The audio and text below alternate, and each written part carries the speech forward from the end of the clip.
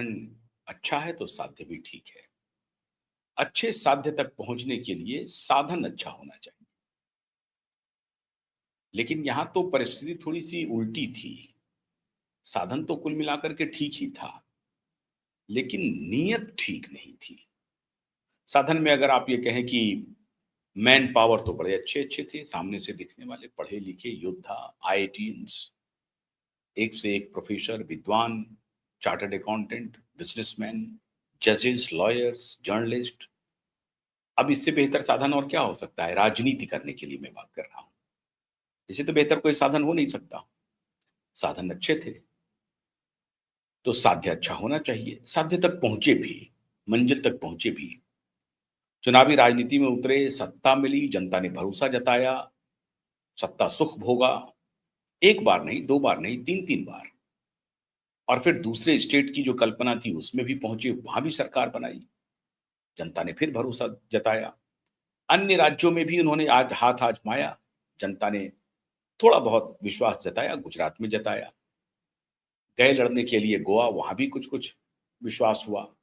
उत्तर प्रदेश में जनता ने भरोसा नहीं किया और अन्य राज्यों में जनता ने भरोसा नहीं किया। लेकिन ये हमेशा होता नहीं है कि आप जहां जहां जाएं भरोसा हासिल करने की बात करें, आपको भरोसा मिल ही जाए, ऐसा होता नहीं है। लेकिन जनता को जितना भरोसा देना चाहिए था, दिया।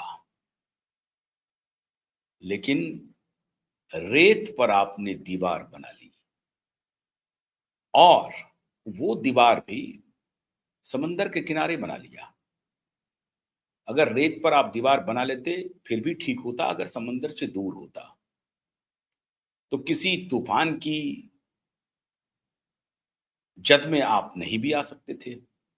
रेत पर दीवार बनाया और समंदर के किनारे बनाया, तो तूफान के जद में आना ही था। अब आप कहेंगे कि ये पहेली बुझा रहे हैं। बिल्कुल नहीं, मैं पहेली नहीं बुझा रहा हूं। आज आप भी आहत होंगे, देश का हर व्यक्ति आहत होगा। जिस किसी ने भी कल्पना की होगी एक साफ सुथरी, पारदर्शी, ईमानदार राजनीति की, आज उसको बहुत गहरा धक्का लगा होगा। हालांकि ये धक्का लगातार उस व्यक्ति ने जिसने उस ब्रांड को बेचा, वो लगातार देता रहा, देता रहा, देता रहा, एक के बाद एक धक्के देता रहा। जनता उस धक्के को सहती भी रही और आखिर में हश्र किया, दिल्ली से रवाना कर दिया। लेकिन इस स्तर पर केजरीवाल गिरेंगे, इस तरह से धक्के पर धक्का आम जनता को लगेगी, ऐसी आशा जनता को नहीं थी। लेकिन हुई हैं वही जो राम रचि राखा। अब जो राम के हाथ में तो वही है जो राम को रुचिकर है, जो राम को पसंद है। राम को क्या पसंद है? अगर आप बेईमान हैं तो आपको सजा मिलेगी, ईमानदार है तो आपको आशीर्वाद मिलेगा, आपको अवार्ड मिलेगा। अरविंद केजरीवाल के बारे में मैं आज से नहीं कह रहा हूं, 2011 से कह रहा हूं। एक दो बार मेरी मत में थोड़ी सी भिन्नता हुई है, कभी कभार। लेकिन मोटे तौर पर मैं अरविंद केजरीवाल को बहुत नजदीक से जानता हूं, बहुत नजदीक से, बहुत करीब से, बिना उसके साथ में रहे हुए, बिना उसके साथ गए हुए जानता हूं। क्योंकि जो चौकड़ी उन्होंने इकट्ठा की उनको भी जानता हूं, नजदीक से जानता हूं। तो मैं इस निष्कर्ष पर था कि अरविंद केजरीवाल स्वेज नहर के इस तरफ ही नहीं, स्वेज नहर के उस तरफ भी धूर्तता की इससे बड़ी मिसाल नहीं हो सकती। और आप अगर इस स्तर पर, इस श्रेणी के धूर्त होंगे तो नतीजा यही निकलेगा जो आज निकला है मित्र। किसी ने कल्पना नहीं की होगी और स्वयं केजरीवाल ने भी यह कल्पना नहीं की, जो खेल हो गया। कुछ दिन पहले नवीन जयहिंद आए थे हमारे कार्यक्रम में।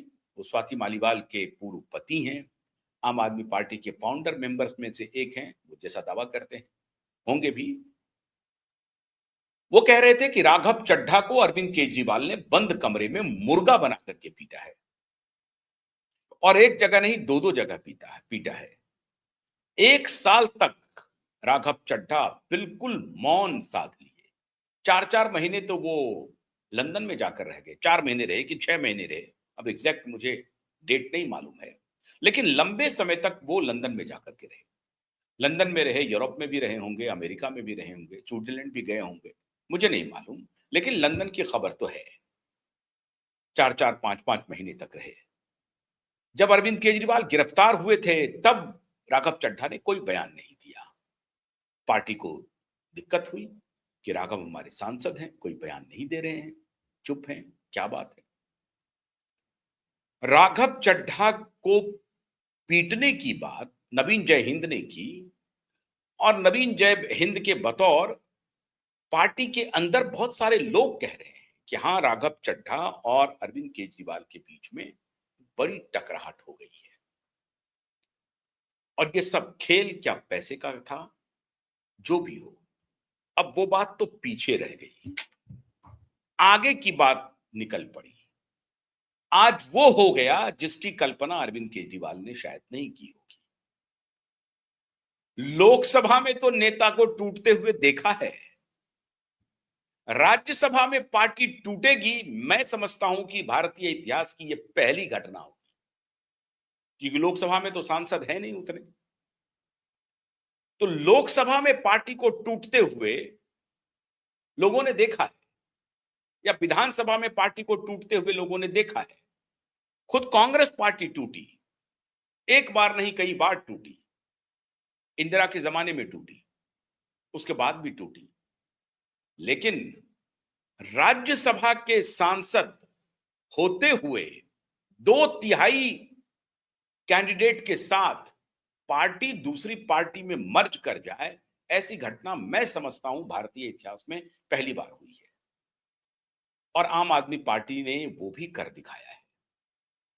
आम आदमी पार्टी के 7 राज्यसभा के सांसद राघव चड्ढा, राजेंद्र गुप्ता, हरभजन सिंह, स्वाति मालीवाल, एक साहनी जी, संदीप पाठक, अशोक मित्तल, 7 सांसद एक साथ पार्टी छोड़ दिया। 10 में से 7 सांसद,